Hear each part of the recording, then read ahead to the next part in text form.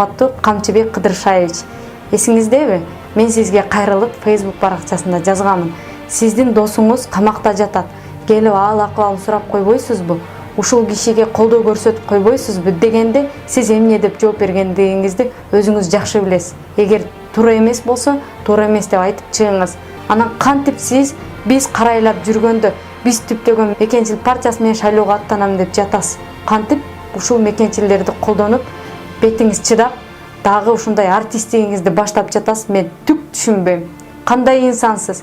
Керек болсо мына менчелик кыргыздын жөнөкөй бир карапайым кызычалык, акыйкаттуулукту айта албаган эки жүздүү ома адам экенсиз. Эмне үчүн сиз ушул Мадаров көрөгөчтүк кылып, мен макул эмесмин деп кыймыл түптөгөндө келбедиңиз? Эмне үчүн колдободуңуз?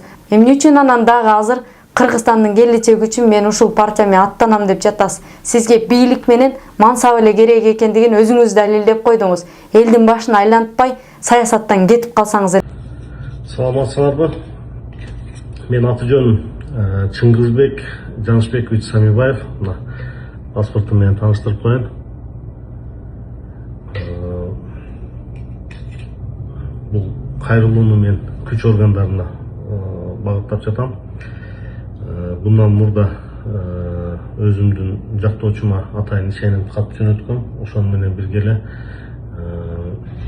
өзүмдү арыз түрүндө кайрылгам, кагаз түрүндө. Мына бүгүнкү күндө видео кайрылуу жасап жатам. Кайрылуумдун себеби ушул bundan bir жарым жылдан ашыраак мурун болгон окуялар. Ноябрь айынын баштарында мен ошол Кытайда кызмат сапары менен жүргөм. Ошол жерде WhatsApp аркылуу улам зоноктор келип, ошол өзүм УКМК кызматкери Арген деп тааныштырып, бир жигит келип кетүүмдү суранды. 17 ноябрь күнү мен ошо Кыргызстанга келгенден кийин 17 ноябрь күнү барып учурадым. Учурасам ошол УКМК башкармалыгы Жалал Абад областынын УКМК башкармалыгынын имаратынын жанынан жолугар менен алып кирип кетти.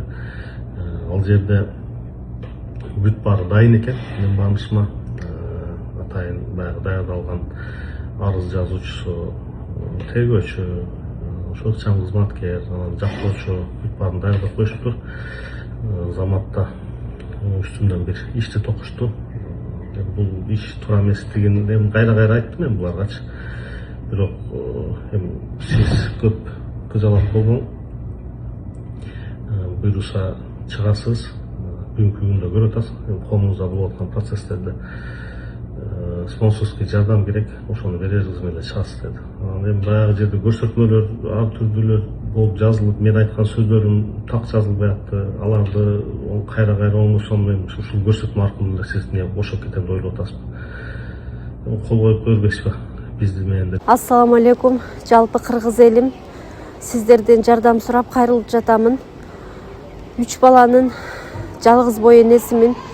Ортончу балам Умар 6 жашта, диагнозу ДЦП, врожденный паралич. Кайдыгер карабаган кыргыз элим. Уулум Умарга жардам бериңиздер. Балдарыңыздар оорубасын. Жараткан Аллах Таала өзүнөн башка эч кимге муктаж кылбасын суранамын. Уулум Умардын жок дегенде отуруп калышына жардам бериңиздер. Балам жок дегенде өзүнүн тамагын өзү ичкенге жардам бериңиздер суранамын. Уулум Умарды таштабаңыздар.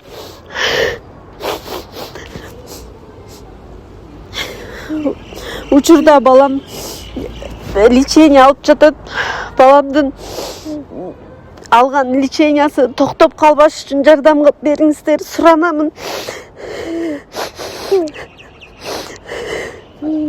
Катуу мындай бир тартышууга барбай эле коеюн. Бул жерде түшүнүп айттык го болгон ошол компенсация.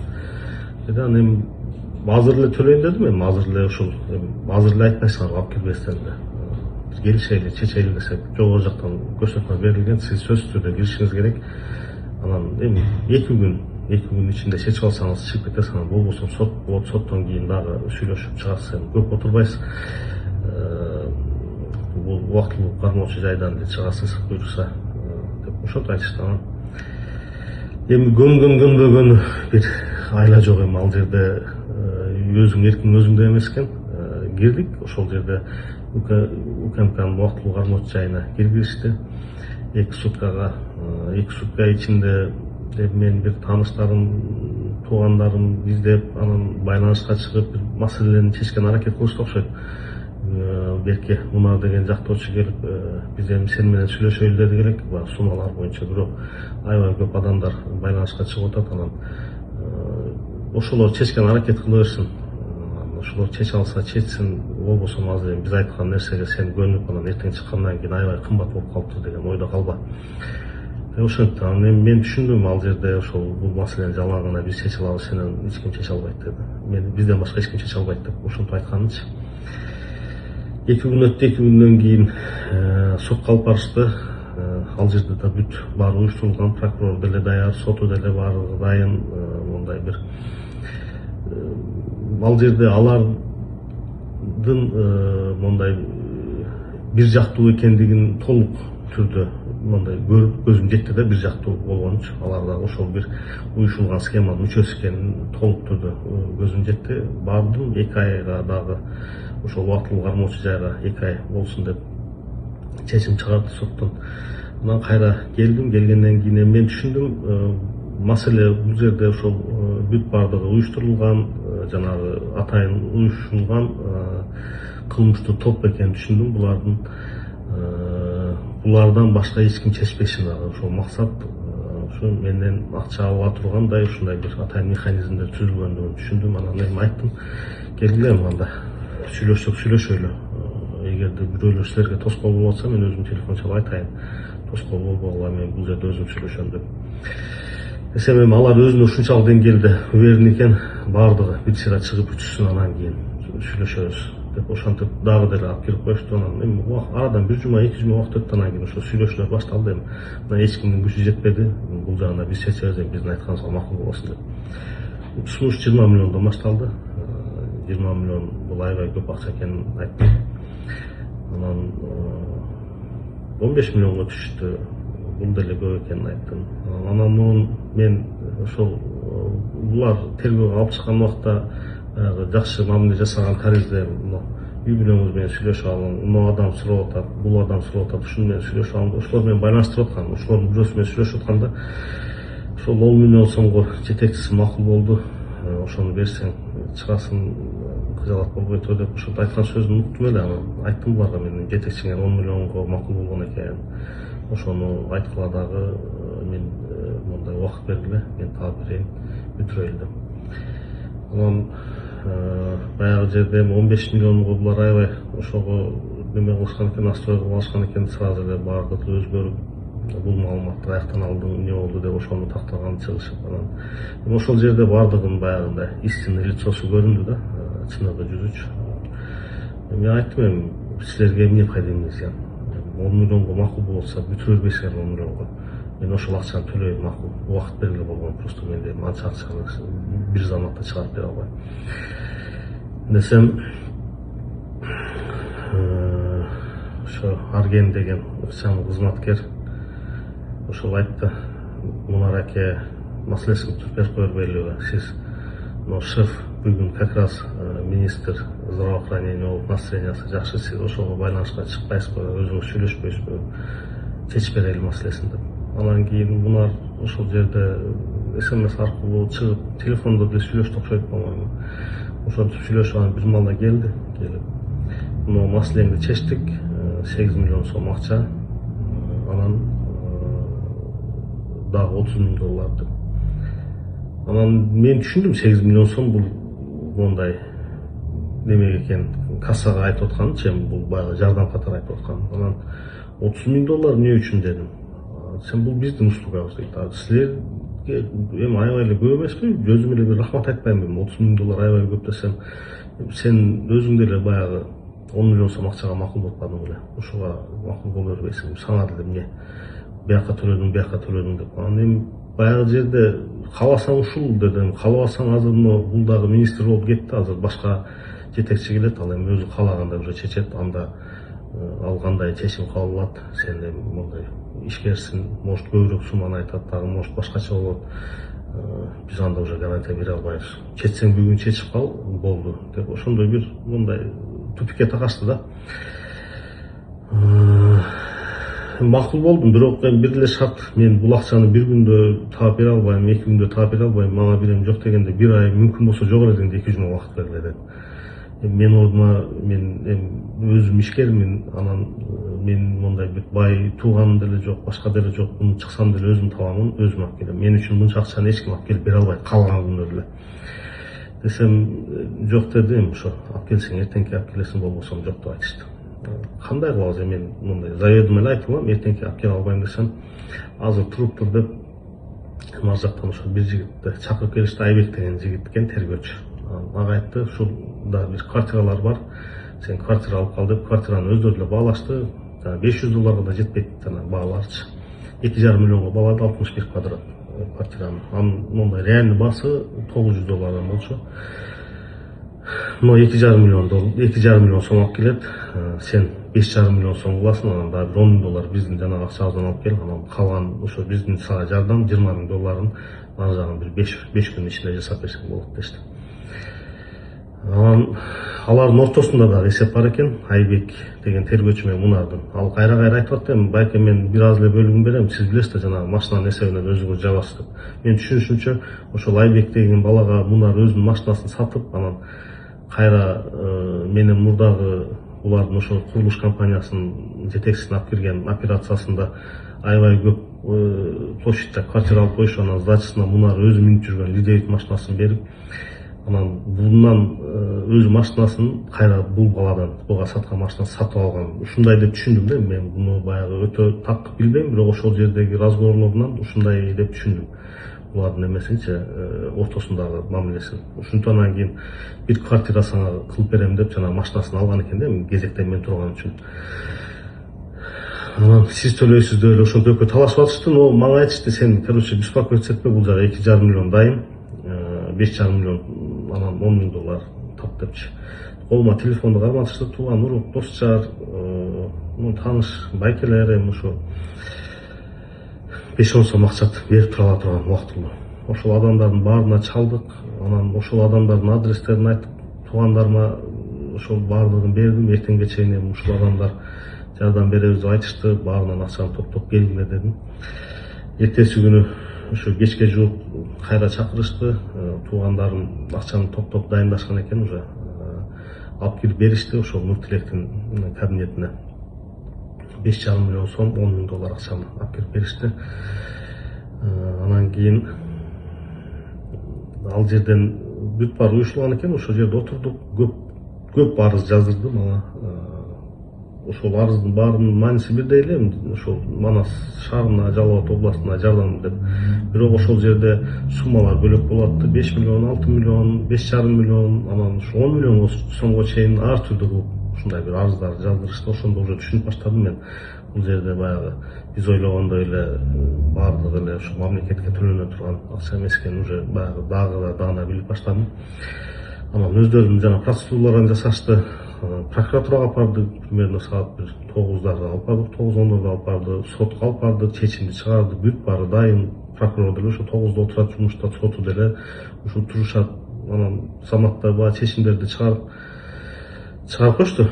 Анан үйгө барып, эми баягы үйгө келгенибизге сүйүндүк. 1-2 күн жанагындай кудай өткөрдүк, башка кылдык, ошентип жүргөн келсем эми көп жумуштар пландаштырылып аткан мендечи. Анан ошол жумуштардын баардыгы калып кеттиптир. Атам кан басымы көтөрүлүп, сахары көтөрүлүп, ушул көзүнө дагы бир мындай воздействие болуп туруп, атамды срочно Бишкекке алып барышым керек. Баламдын да ошо бир лечениялары бар эле, процедуралары, ал боюнча да Бишкекке барышыбыз керек эле. Анан кайра берки Нуртилекке чыгып баштадым. Мен жумушум жол десем эле улам эле күндө бир шылтон айтат, эми жана домашний арестте турам, эч жака чыга албайм. Анан эми бүттү, эми баардыгы бүттү, чечип бербейсиң десем, келсеңиз деп анан бардым. Барсам, Айбекке деле бир квартира бердиңиз го, мага деле ошондой арзан баадагы бир квартира бериң, жана $20,000 бизге 2-3 күндө бере турган акчаңыз барлыгы 5 күн сурап койгонбуз.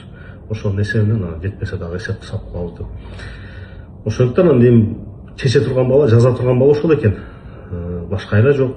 Дагы деле ушундай кааласам деле ошол нерсеге барышым апарат экен да. Анан бердим. 51 квадрат квартираны ага дагы ошо $500 бааладык бердик. Өздөрүнчө жанагы эсеп кысабын кылды, $20,000 менен разницасын аякпаягын бердикчи. Анан кандай болгондо деле баягы дебит кредит деген сөз бар да бухгалтерияда. Менин чөнтөгүмөн 6 миллион сом акча кетти, 2 квартира кетти да. 6 миллион сомду ошол аралыкта бир келгенимде өздөрү 500,000 сом акчаны кошто, $10,000 алып чыкты. Жанагы тергөөчүнүн кабинетине калган акчачы 5,5 миллион сом менен $10,000. Ошонун 500,000 сом акча кошто, 6 миллионго толукташты, $10,000 алышты. Тергөөчү менен бирге кассасына барып төлөдүм. Ошондо 6 миллион кассасына төлөдүм. 2 квартирамды алышты да. Жана $20,000 остатык деп ошол квартирага, мондай экинчи квартирага байлашты да буларчы. Ошондо бир аз остатык бир аз акча болду, ошону кайтарып берген болду. Ал ошол жанагы мен $10,000 бир бөлүгү жана 500,000 сом толуктаганы кетти. 6 миллионго 5,5 миллион сомду. $10,000 бир бөлүгү кайра эле өзүмө кайтарып беришти, жана квартиранын акчасын толуктаган болду. Эми ошентип өздөрүнчө абалдашты квартиранычы. Ошентип 6 миллион сом акча мамлекетке болду. 2 квартираны 2 тергөөчүнгө байланыштуу адамдарга каттап бердим. Бирөөсүн ошо 9 декабрь күнү как раз мен үстүмөн жанагы кыскартты, и ошол күнү эле буларга каттап бердим. Мен 9 декабрь күнү 620 договор менен Нуртилектин кайын журту экен. Бул мен түшүнүшүмчө кайнене кайнатасы окшойт. Эшбаева Гүлзада Калбаевна дегенге булар даже ошол нерсени нотариуска барышып, ал жерде регистрация кылып, госрегистрде барып, ал жакта регистрация кылып, аябай бекемдешти бул договорду буларчы.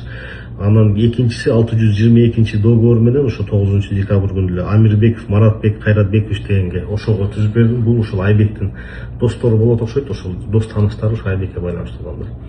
Ошол экөөнү 2 квартираны өткөрүп бердим. Анан кийин чечим чыкты, анан ошо Бишкекке кеттим. Бишкекке барып, ал жерде ошо өзүмдүн жумуштарым менен жүрсөм, булар дагы чыгышты мага, ошол Мунар чыкты. Мунар чыгып, жанагы өткөн квартиралар боюнча биздин жетекчиликте бир ошол вопростор болуп атат, нюанстар болуп атат, задний число менен бир договор түзүп бер деп айтты.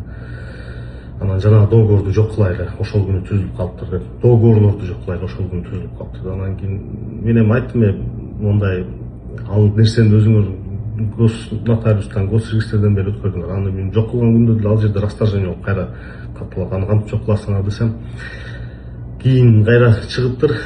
Ал договорду биз мурда түзүлгөн кылып туруп жасап кое берели, кийин госрегистрден өттү кылабыз деп туруп, ошондой түзөйлү, сен жанагы адвокаттын, юристтин ишканаңдагы юристиңдин сен ордуна кол кое турган доверенность бар экен, Кумар деген жигиттин. Ошол келип түзүп кое берсин, договорду биз алып кетебиз. Ошол июнь айларынан мурда түзгөн кылып жасап берип койгула. Биздин жетекчиликте ушундай бир вопростор возникет атат, өз алдынча ушундай бир изилдешип атат ушул маселени. Анан кийин бул жерде сенин атыңдан дагы 2 миллион сом акча төгөт алабыз, аны кийин сүйлөшүп алабыз деп ошентип баягы бүдөмүк калтырды. Анан ага чейин деле баягы тергөөчү ыкчам кызматкер Арген деген жигит, байке сиздин үстүңүздөн дагы арыздар түшүшү мүмкүн, сиз менен биз ар дайым байланышта болуп турабыз. Анан кийин сиз бирок беспокойство этпең, биз сизге ар дайым жардам беребиз. Мондай кайра уже ичкери кирбейсиз. Эми булар ошо УКМКнын убактылык арматтуу жайын айтып да. Сиз ал жакка кирбейсиз, биз өзүбүз эле чечип берип турабыз маселеңизди деп. Ошондой бир мондай эскертүүлөрдү айтып аткан. Анан бул дагы ушул кийин сүйлөшөбүз деди. Мен эми түшүндүм бул маселелер бүтпөшүнөчү. Анан ошол жерде түшүндүм, булар өз ара ичара байланыш менен мондай неме кылып аткан. Ичара өз арасында разборка болуп атты.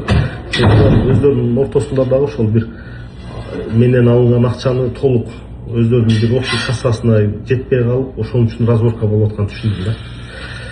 Анан бул нерселер мен үчүн аябай мындай бир жиркеничтүү болду. Бул нерселерден мен алысыраак болгум келди. Үй бүлөмдү чакырдым, сыртка чыгып кетип калдым. Ошол боюнча эле ошо Америка Кошмо Штатына келдик. ушул жакта жүрөбүз. Анан эми бүгүнкү күндө мындай заман өзгөрдү, мамлекетибизде биз өзгөрүүлөр бар, жакшы мындай нышандар бар. Бирок ошол бүгүнкү күндө башка бир областтарда массалык маалымат каражаттарынан биз көрүп атабыз. Ушундай бир туура эмес жумуштарды жасаган адамдар өзүнүн жоопкерчилигин тартып аткан. Бирок Жалал Абад облусунда ошол нерсе жоктугуна байланыштуу мен ушул кайрылууну жасап, арызымды жазып, ушундай бир аракет көргөн туура көрдүм да. Себеп дегенде бул нерсе биздин коомубузга керек, бул нерсе Жалал Абад элине керек. Себеп дегенде бул мындай жасалган жумуштар жоопсуз калбаш керек да. Бул ар дайым мамлекеттин, мыйзамдын өйдөлүгү ар дайым тастыкталыш керек. Элдерде ошо кыргыз мамлекетине, кыргыз мамлекеттүүлүгүнө, мыйзамга ушундай бир ишенич болуш керек. Ушундай бир гарантия менен жашаш керек. Ансыз болсо адамдардын мага окшоп мындай бир укугу корголбой турган жерде жашагысы келбей калат. Мүмкүнчүлүгү болсо ошол мамлекеттен кеткиси келип калат. Болбосо ошол мамлекетте жашаганда ар дайым коркуу сезим менен, ар дайым өзүн бактысыз сезип жашайт. Ошол себептен гана мен мындай өч алуу эмес, башка эмес, ушул биздин мамлекетибиз үчүн, коомубуз үчүн ушул нерселерди жасап атамын. Мен ойлойм, ошол биздин президентибиз, өлкө башчыбыз, атайын тийиштүү күч органдар, күч түзүмдөр ушул нерсеге бир олуттуу карап, бир жыйынтыктар чыгарып, мыйзам чегинде чараларды көрөт деп. Саламатта болуңар, рахмат.